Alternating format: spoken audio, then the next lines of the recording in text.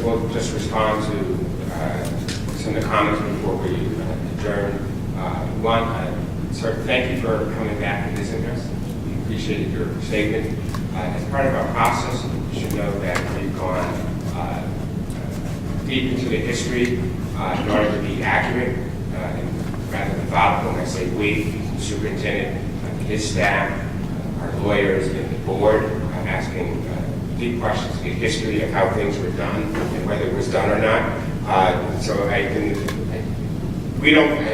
you referred to the paper and we don't control what they write. But what we do control is the information that we receive by folks who are now overseeing the issues, and we're looking at that very carefully. And I think I can assure everyone that we've talked with the superintendent and that any creativity that our educators have is not going to be lost in any of our programs. That's not the way it should be.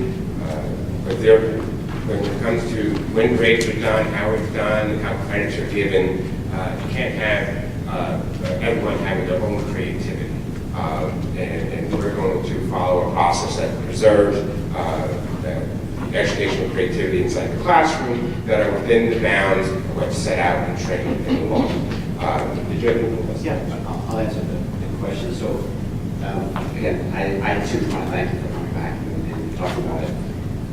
Where we are is a lot of oversight, and that oversight means that what drives the teachers, what they're teaching is certification.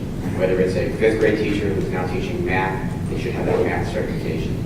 When the state looked at the credits and we started to look into that, what's driving the credits for that, the credit value for that student is what certification. So physical education teachers now teaching an art class, they can't get our credit for that physical education from that teacher. They don't have that ability, and that's coming from the state reviewing all of these things.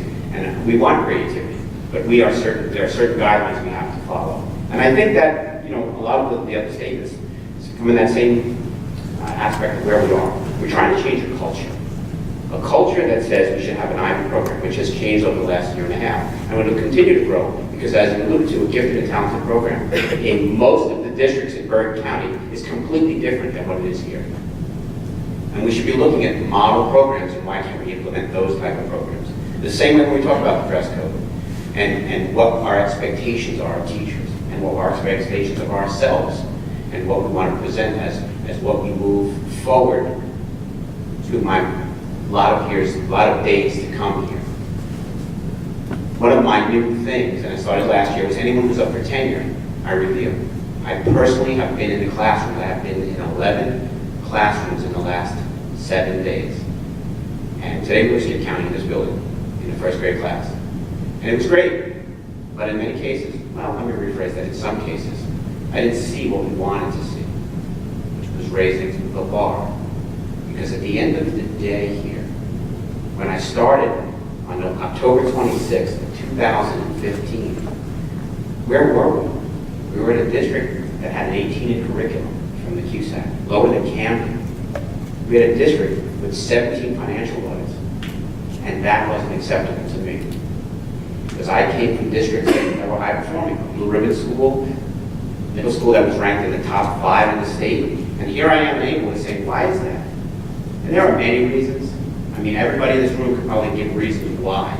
And one of the things I said in my State of the District address was, we can talk about the why, but we got to move forward, right? We have to move forward to change the way we think in England. And if it means figuring out how to properly award credits, if it means starting to tweak the IB program so it's not every year based on one little test, STAR test, which many of you in this room will use, but your children are not happy with, and I agree. And that's something we will be getting rid of soon. So all of those things are part of the change, the culture change in England to say that we will be better tomorrow and next week and every week thereafter so that what happened will never happen again because of the policies that will start to come before this board that says there's no fooling around, there's a level of accountability. And while that for some it may be tough, I'll be frank, it happens in every other district in Bergen County. Because that's the standard we should be shooting for. And there are many of you who come up in meetings and say, why aren't we like Bergen County standard? Well, we will be, but it's going to take time. And that's why I'm counting, but we will be there. So you know, there's a lot of changes that took place, will continue to take place until we are that time. So, you know, I thank you for the opportunity, and I thank for everybody for coming out and commenting. I will say one other thing, kind of a joke. We won't have a snow day until 4:45 tomorrow morning. That's the conference call I have, in case you're wondering. True. Ms. Valletta wants to call it there. Motion to go to the closed session for reasons of personnel and litigation. Student matters. Moved by Henry, seconded by both Garrison. Both Garrisons have seconded. So we will come back and we will take action on items on the agenda and addenda. All in favor? See you.